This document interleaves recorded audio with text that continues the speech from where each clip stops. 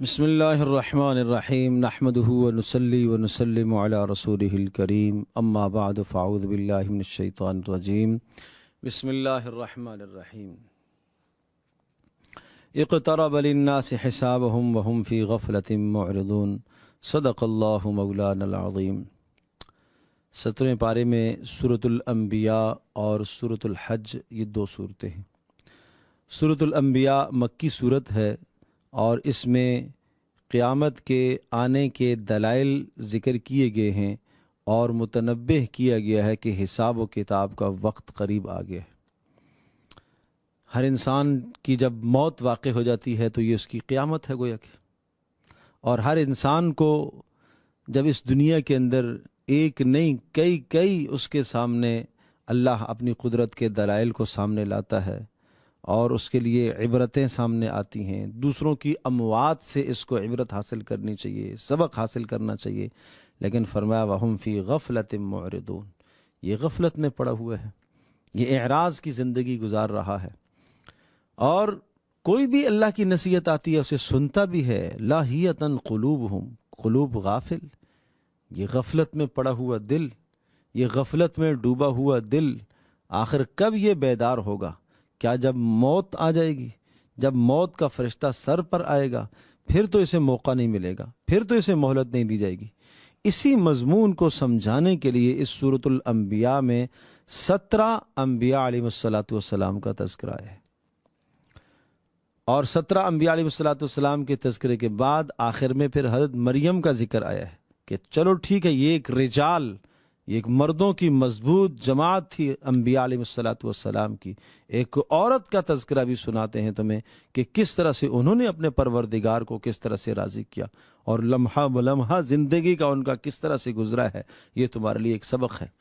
تو یہ سورہ مبارکہ بھی انبیاء علیہ السلام کا بلند کردار ہمیں سمجھاتی ہے، اور بلند کردار میں انبیاء علیہ السلام کے کردار کی چند باتیں یہاں ذکر کرتا ہوں اختصار کے ساتھ، کہ ان سب انبیاء نے مشکلات میں ہمیشہ اللہ کو پکارا ہے، سخت سے سخت ترین مشکل آئی انہوں نے اللہ کو پکارا، یہاں تک کہ یونس علیہ السلام جیسے جلیل القدر عظیم الشان پیغمبر جب مچھلی کے پیٹ میں چلے گئے کہ جہاں اب کوئی آس اور امید نہیں ہے، تو ان کی زبان پر بے ساختہ یہ کلمات آئے، لا الہ الا انت سبحانک انی کنت من الظالمین۔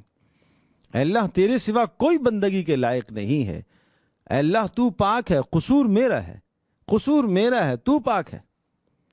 رسول اللہ صلی اللہ علیہ وسلم نے بتایا، آگے کیا ارشاد فرمایا، فَاسْتَجَبْنَا لَهُ وَنَجَّيْنَاهُ مِنَ الْغَمِّ، ہم نے نجات دی یونس علیہ السلام کو اور اس غم سے انہیں نکالا۔ کسی نے پوچھا اللہ کے رسول صرف یونس علیہ السلام کے ساتھ خاص ہے یا سب کے لیے؟ کہا آپ نے نہیں پڑھا، آگے اللہ نے ارشاد فرمایا فَاسْتَجَبْنَا لَهُ وَنَجَّيْنَاهُ مِنَ الْغَمِّ، کہ ہم نے یونس کو نجات دی۔ وَكَذَلِكَ نُنْجِي الْمُؤْمِنِينَ، اس طرح سے ہم ایمان والوں کو نجات دیتے رہیں گے۔ تو اس سے کیا سمجھایا کہ مشکل میں کس کو پکارا جائے؟ اللہ کو۔ ایوب علیہ السلام سخت ترین بیماری میں مبتلا ہوئے، کس کو پکارا؟ اللہ کو پکارا۔ تو ہر مشکل میں اللہ کو پکارا ہے انبیاء علیہ السلام نے، اور کبھی بھی وہ انبیاء علیہ السلام اللہ کی ذات سے مایوس نہیں ہوئے۔ نمبر 2، دوسرا سبق یہ سمجھایا کہ ان تمام حالات و مشکلات میں انبیاء علیہ السلام نے اپنی دعوت کو جاری رکھا، جو ان کو فرض منصبی دیا گیا تھا، اس فرض منصبی سے ایک لمحہ انہوں نے غفلت نہیں کی۔ تم کیوں غافل ہوتے ہو اپنی زندگی سے؟ مقصد زندگی سے تم کیوں غافل ہو؟ وَهُمْ فِي غَفْلَةٍ، کیوں تم غفلت میں پڑے ہوئے ہو؟ حالانکہ انبیاء ان مصائب سے گزارے گئے، باوجود یہ کہ گناہوں سے معصوم ہستیاں ہیں، گناہوں سے پاکیزہ ہستیاں ہیں، اللہ کے مقرب ہیں، پھر بھی اللہ تبارک تعالیٰ نے ان کے اوپر مصائب کو ڈالا ہے، لیکن کسی بھی مصیبت میں آ کر حالات سے دوچار ہو کر نبی اپنے فرض منصبی سے غافل نہیں ہوئے، نبی اپنی آخرت سے غافل نہیں ہوا۔ اور نمبر 3، ہمیشہ انبیاء علیہ السلام نے مصائب پر صبر کیا ہے۔ اور نمبر 4، کفر کے ساتھ ڈٹ کر مقابلہ کیا۔ ابراہیم علیہ السلام کی سیرت اس میں مذکور ہے، ابراہیم علیہ السلام کا تفصیلی واقعہ اس میں مذکور ہے کہ سخت سے سخت حالات آئے اور اس کفر کے خلاف ابراہیم علیہ السلام جم گئے اور ڈٹ گئے۔ تو معنی یہ کہ فرض منصبی سے کبھی انہوں نے غفلت نہیں اختیار کی ہے۔ اور اسی طرح سے دنیاوی ضروریات کو پورا کرنے کے لیے ہمیشہ انبیاء اپنے ہاتھوں سے محنت کیا کرتے تھے. وَعَلَّمْنَاهُ صَنْعَةَ لَبُوسٍ لَكُمْ لِتُحْصِنَكُم مِّن بَأْسِكُمْ فَهَلْ أَنتُمْ لَهُ شَاكِرُونَ. حضرت سلیمان علیہ السلام کا تذکرہ، حضرت داؤد علیہ السلام کا تذکرہ. حضرت داؤد علیہ السلام سب اپنے ہاتھوں کی کمائی سے محنت کیا کرتے تھے اور اپنے ہاتھوں کی کمائی سے اپنے گھر کی اور اپنی ضروریات کو پورا کیا کرتے تھے. یہ انبیاء کا بلند کردار ہے. آج اگر کوئی شخص دین کی مشغولی کے ساتھ، دین کے کاموں کے ساتھ اگر اپنی دنیاوی ضروریات کو پورا کرنے کے لیے کوئی ذریعہ اختیار کرتا ہے، تجارت کا، معاش کا کوئی ذریعہ، تو وہ مورد الزام نہیں ہونا چاہیے. یہ تو انبیاء علیہ السلام کا طریقہ ہے. اور اسی طرح سے یسارعون فی الخیرات ویدعوننا رغبا ورہبا، یہ بلند کردار ہے ان انبیاء علیہ السلام کا. ہمیشہ نیکیوں میں سبقت کرتے تھے، نیکیوں میں آگے بڑھتے تھے اور ہمیشہ وہ اللہ کو پکارتے تھے، مصائب میں، مشکلات میں بھی، اور اللہ پاک سے امید لگا کر بھی اللہ کو پکارتے تھے. ہر حال میں اللہ کی طرف رجوع کیا کرتے تھے اور اللہ ہی کو پکارا کرتے تھے. تو عرض کیا کہ سورۃ الانبیاء میں ان انبیاء علیہ السلام کا تذکرہ اور آخر میں پھر حضرت مریم کا تذکرہ، واللتی احسنت فرجہا، اور حضرت مریم کے جو خاص جس وصف کو ہائی لائٹ کیا اور خاص جن کے وصف حضرت مریم کے جس وصف کو علیحدہ سے خاص طور پر قرآن جا بجا ذکر فرماتا ہے، وہ کیا ہے؟ احسنت فرجہا.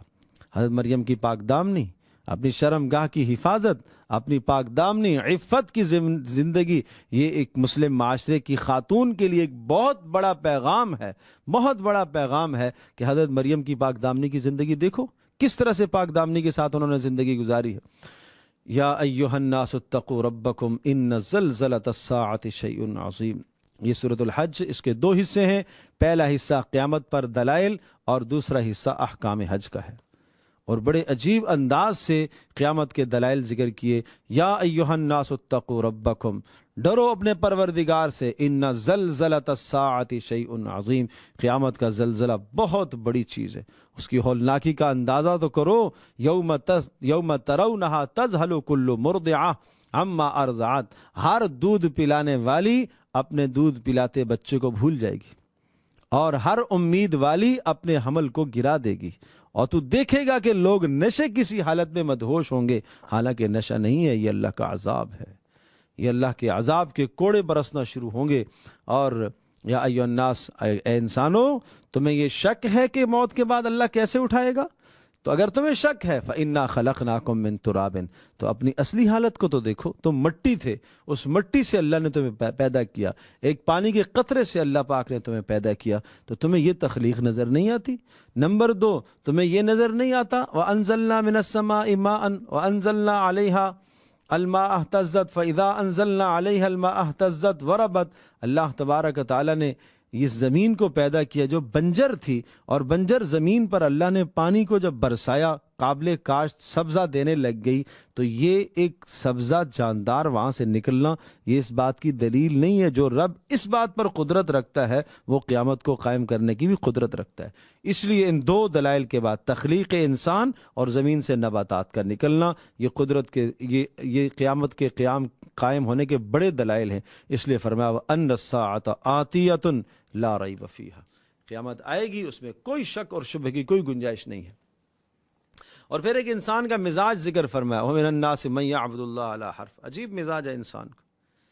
جب خیر ملتی ہے دنیا میں، نماز پڑھ رہا ہے، روزہ رکھ رہا ہے، حج کر رہا ہے، زکوٰۃ ادا کر، سارے نیک کام چل رہے ہیں، ساتھ ساتھ کاروبار بھی ٹھیک چل رہا ہے اور ہر طرح کی راحت اور آرام ملا ہوا ہے.